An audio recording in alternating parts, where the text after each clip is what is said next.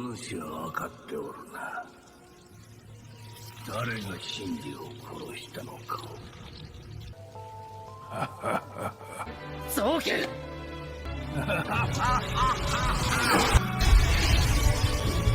あ、その影を受け入れるがいい。Good day to you, class. It has come to my knowledge that you all need a little guidance on arthropods. My name is Mr. Argentum.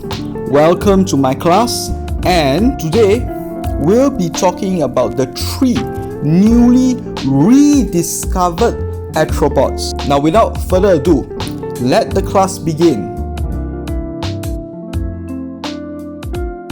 The first arthropod that we'll talk about today is Brillian Blister.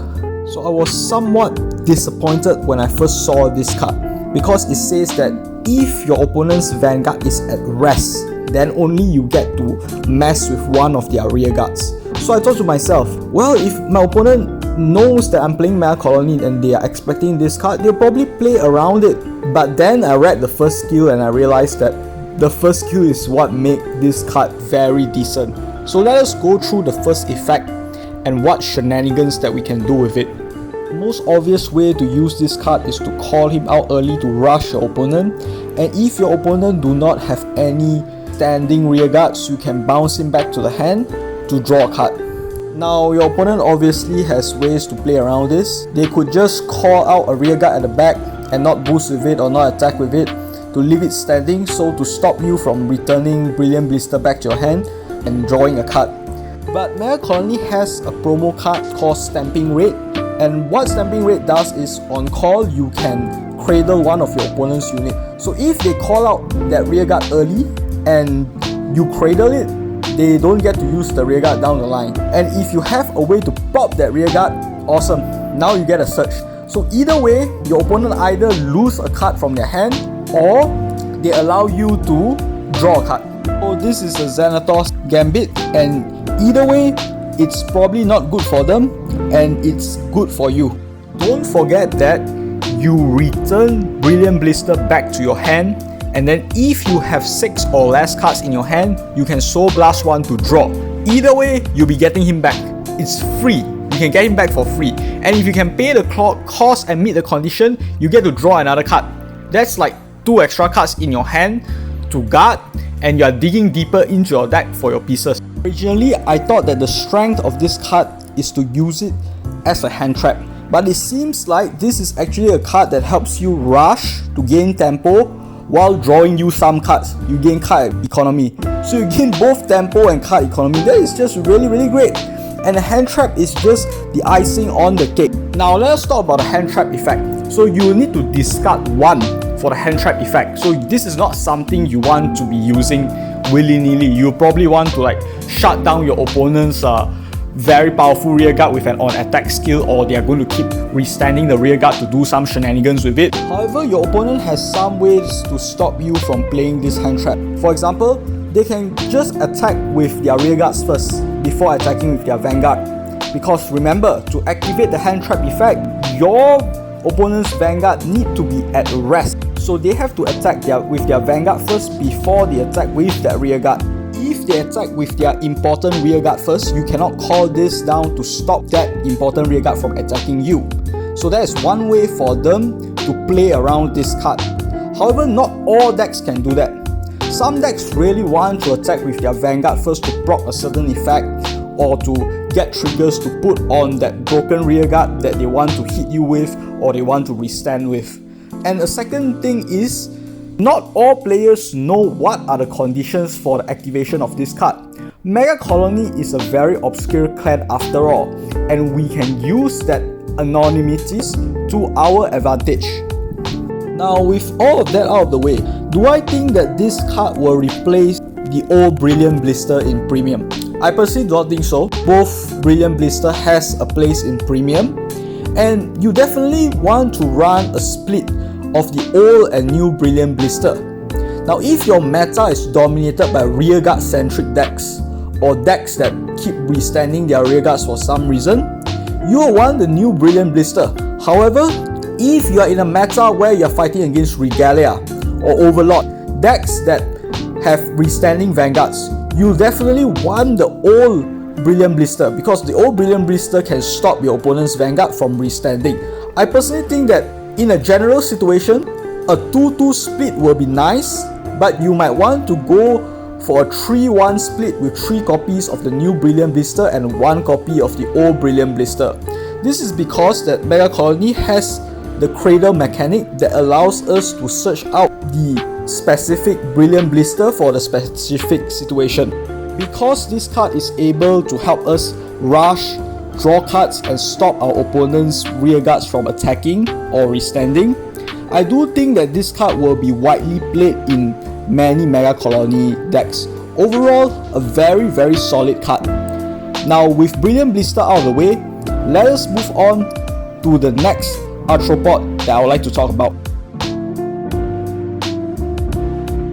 Next up, I would like to talk about Machining Armored Beetle. So let us talk about what this arthropod does. Machining Armored Beetle can rest one of your opponent's rear guards by resting one of your own rear guards as a cost.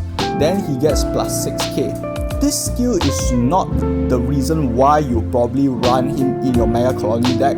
Of course, he's good in a machining deck because you can rest down your side blister to plus from there.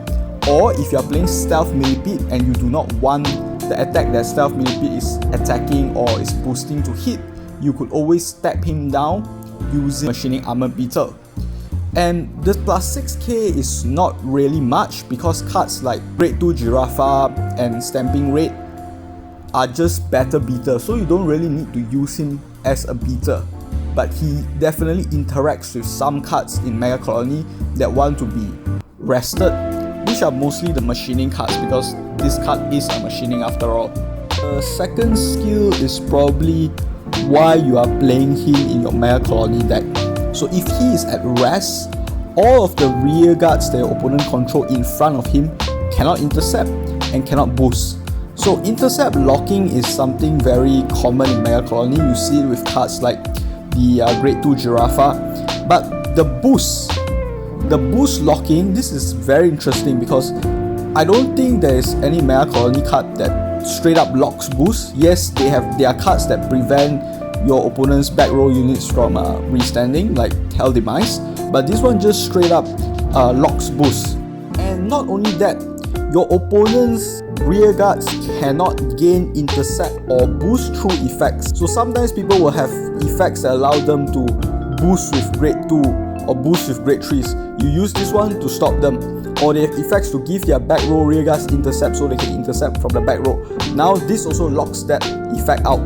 But this is the thing, I do not know how relevant this is. Yes, the only situation I can think about is against Nightmare Dolls, their Leslie. You don't allow their Leslie to boost. So even though they can keep restanding their Leslie while doing their plays, the Leslie doesn't get to boost, so they cannot stack their triggers on the Leslie and push that way. So in this situation, if they want to use their Leslie, they have to either swing into your Armor Beetle first or use Chelsea's effect to pop the Armor Beetle. This is also another reason why I think this is a machining card, because I think only in machining he can be in the back row and be at rest, so it's harder for your opponent to swing into it. Nightmare Dolls don't have the issue because they have Chelsea, but it still causes them one counterblast to pop your Armor Beetle. Although the boost locking is nice, I do not think that it is a staple in every Megacolony deck. In the machining deck, obviously it has a place because machining has ways to give other machining cards boost regardless of their grades. But boost locking, I'm not sure if it's that valuable against a lot of decks. You could argue that maybe, this is a way for them to mess up their columns or for them to waste resources if they call down stuff early. But here's the thing, Megacolony has two really good Grade 2s that I don't think I will cut from the deck. Those are Stamping Raid and the Grade 2 Giraffe. So as it is, the Grade 2 lineup for Megacolony is already pretty tight in the non-machining decks. So I'm not sure if you actually want to run this card in your Megacolony deck. However, I do think that this is a very interesting card to have in the back pocket in the event that we see more Leslie type plays or Leslie type effects. As a summary, this card has a really interesting second skill. However, I do not think that it is as staple as Brillian Blister. Now students, we have come to our final arthropod, which is Martial Arts Mutant Master Beetle. I'm going to call him Master Beetle from this point onwards because that's just a mouthful. I feel that this card is very similar to Gunning Colio, but I will argue that although it has costs to activate its effects, I think it's way better than Gunning Colio. This is because Gunning Colio's extra drive check ability only activates when you place him on a Vanguard circle. Sure, you do not need to jump through hoops to get the additional drive checks, but this also means that if you ride him and you immediately strike over him, you do not get the additional drive check. Whereas for Master Beetle, you could ride him and then strike, and then later when you cannot strike, you could actually activate his skill to get the multiple drive checks. With all that said though, I do not personally think that Master Beetle is good enough for premium. Maybe as a fun deck, but as a deck that is meant to be competitive, I don't think he fits that role. I will explain why later. I actually agree with a teacher of mine who taught me how to play Megacolony. Shoutouts to you, you know who you are. We always talk about Megacolony. If you're watching this video, thank you very much. Yeah, I know I'm a teacher here, but I'm still learning from the actual masters. We all have to learn every day. It's part and parcel of life. I kind of agree with my teacher who taught me how to play this clan that Megacolony is a Death and Taxes clan. So Death and Taxes mean that you are trying to increase the amount of resources used by your opponent, and your opponent is forced to use more resources to commit more cards just to play the game, and you're trying to use that as a leverage and to win from there. In my opinion, Master Beetle is such a card. If your opponent calls down rear guards to attack, you are probably gonna get more drive checks and you're going to plus out of that. Now your opponent might not want to rest their rear guards to attack, but then you have your first skill to just rest the rear guard. If your opponent think that they are not going to call any rear guards down to attack you, now they are losing tempo. They have to attack at some point of the game to try and win. And this card sort of put them in such a position where damned if they do, damned if they don't. With that said, I personally think that this is more of a V card than a premium card. This is because Megacolony decks in premium aim to do one thing, which is to strike into Gradora as soon as possible. If you get the first strike, you probably will not be using his effect. He's just an on-ride, get you a protect marker. Now what about if you are going first and you do not get the first strike but you ride on to grade 3 first? Well, your opponent could just not call anything, and now what are you gonna do? You will not get your additional drive checks. I mean, you could start calling out stuff from your hand just to get that +1 drive check from 3 rested units on your side of the board, but you have to ask yourself, is that worth it? Because Megacolony has other better grade 3s. For example, we have Giraffa, which basically -2 cards from our opponent's hand. We could just do that if in the event that we are forced to ride into grade 3 first. Or we have the old and new Gradora. Let's talk about the old Gradora first. The old Gradora allows us to lock down one of our opponent's columns, whereas the new Gradora, we could just call out a grade 3 to rush our opponent. And then there's my favorite Order Bugs deck, which you could ride into the grade 3 Dragon from Overdress and free cast an order from your drop zone and draw 3 cards. Due to the options we have in premium, it really makes this card a bit lackluster. In a non-competitive premium setting, or perhaps even in V, you could play this deck as an aggressive deck with Giraffa. So the idea is you want to ride into Giraffa first, force your opponent to call out 2 units as rest, and then the next turn ride into Master Beetle and you get free drive checks from there. I've seen some people talking about this card, and some people say that you want to go into Protect 2 just to get that +5k in your front row, so it helps your rear guard push during the early game. I personally do not like this idea because Protect 2, in my opinion, is probably the worst imaginary gift, and Protect 1 is just way superior. If the Protect 2 game plan tickles your fancy, you can consider running Area Stealer and Gentleman Moth. The plan is to ride Gentleman Moth on your turn 1, and since Gentleman Moth counts as a grade 3 in your deck or in your soul, by your turn 3 on your grade 3 ride, you could call out Area Stealer from your hand, Soul Blast the Gentleman Moth to get an additional Protect 2 onto your field. Now, suppose you really like Master Beetle and you want to make him into a relatively casual premium deck. What cards do you want to run in this deck? I highly suggest running cards that can plus additional rear guards to the board. Superior Calling, basically. So what are cards that can do that in Megacolony? Now there's a very old card called Violent Vesper that checks the top card of your deck. If your top card of the deck is a Megacolony, you get a Superior Call that card. So we are going to run Violent Vesper in this deck. And don't forget, Ilania from Overdress. When she's placed from the hand, you could pay the cost and Superior Call a grade 2 or less card from your drop zone to your rearguard circle. Now since you'll be Soul Blasting as part of her cost, you could actually Soul Blast out a grade 1 or a grade 2 to Superior Call back using her effect. And don't forget about the new Brilliant Blister, which will return himself back to your hand at the end of your turn if your opponent doesn't have a standing rearguard. You could run it in this deck to help you rush better. Another card that you can consider is the Usurper Dragon. You know, the one that looks like a Plague Doctor, the very funky dragon from set 4. You could also play it in this deck. Since Megacolony has a lot of early game discards from Cleared Breeze, from your Dorcas, you could actually discard that Usurper Dragon, and when you ride your Master Beetle, the Usurper Dragon will Superior Call itself to your rearguard circle.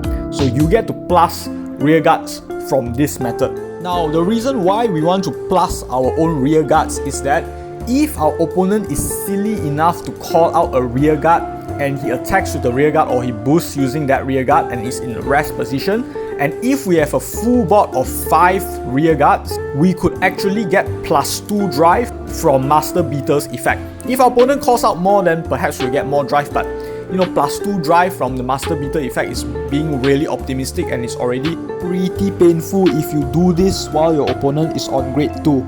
The deck basically punishes your opponent's either recklessness or ignorance. Now with some card suggestion out of the way, let us talk about how you would play this deck. So in this deck, your Vanguard always want to attack last because you want to have as many rested units on both your own side of the board and your opponent's side of the board. So you would always want to attack with Master Beetle last.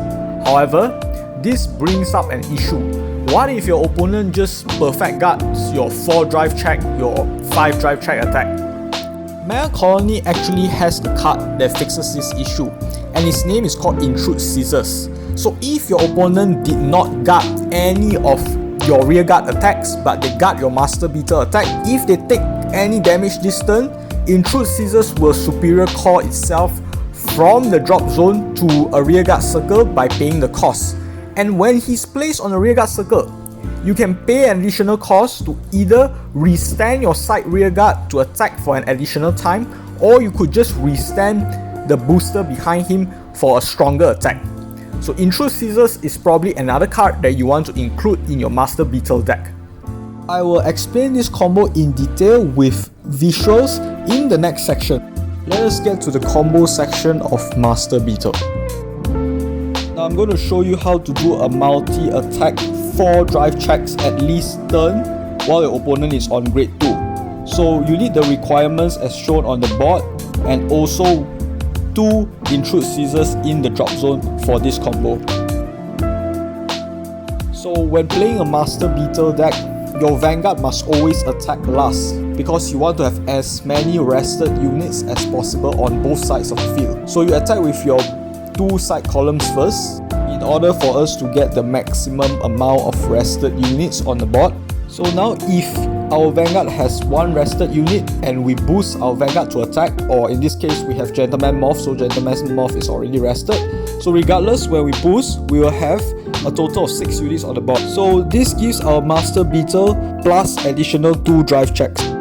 Now you're going to attack with your Vanguard, you pay the 1 counter blast, you discard the 1 card and you get the +2 drive checks. So you do your 4 drive checks, and any triggers that you get, you want to put it on your back row rear guards on the side. This is because we have 2 copies of Intrude Scissors in our drop zone, and if any of our attacks hit this turn, we can go on to the next step and superior call the 2 Intrude Scissors for more attacks. So after your Vanguard attacks, if any of your attacks hit this turn, you can activate the Intrude Scissors effect in your drop zone. So for each Intrude Scissors, counterblast 1, a total of 2, to superior call them to your rearguard circle. So you call them to the front row rearguard circle and you will step over and retire the previous rearguards. And then now you are going to activate Intrude Scissors effect by paying a Soul Blast each. With 2 Soul Blasts, you are going to restand the 2 back row boosters. This is why previously if you check any triggers, you want to put them on the back row booster because now your attack power will be much higher after being boosted. So don't forget, after restanding a rearguard, Intrude Scissors gives himself a plus 10k. So he's at least a 30k column on his own, even without the triggers. If you manage to do this combo while your opponent is on grade 2, they are probably not gonna come back because you have just attacked them for a total of 5 times and with 4 drive checks on the Vanguard. You are probably gonna hit a crit. However, I don't think you are probably gonna get this combo off often because 1, your opponent is not gonna push you to 3 damage so early, and 2, you need a full board. This is why we run Ilenia and Violent Vesper for us to reach that condition. This is of course the perfect complete full combo that you want to pull off, but there is another version of this combo that requires less resources. Now let us talk about that. Now I would like to show you the less resource heavy combo. So this version of the combo is done if you don't have 2 Intrude Scissors in your drop zone, you only have 1, you only have 2 counterblasts instead of 3, and you only have 1 soul. Or another reason to do this combo is that you do not want to rush your opponent on this turn. So what you're going to do is the same thing. You're going to attack with all of your rearguards first as usual because you want to get the maximum amount of drive checks from Master Beetle. So now you attack with Master Beetle and you do your multiple drive checks. You want to put all your triggers onto one of your side rearguards. So in this case, we'll put all our triggers on Ilenia.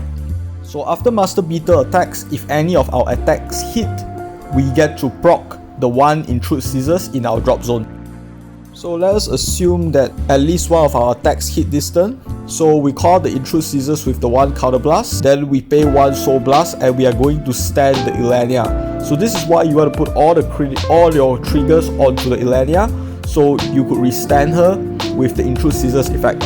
So this is less powerful because your Intrude Scissors is only 22k and your Ilenia is 10k if you don't have triggers. If by some stroke of bad luck you didn't check a single trigger at all, you did not put any triggers onto Ilenia, you have another alternative.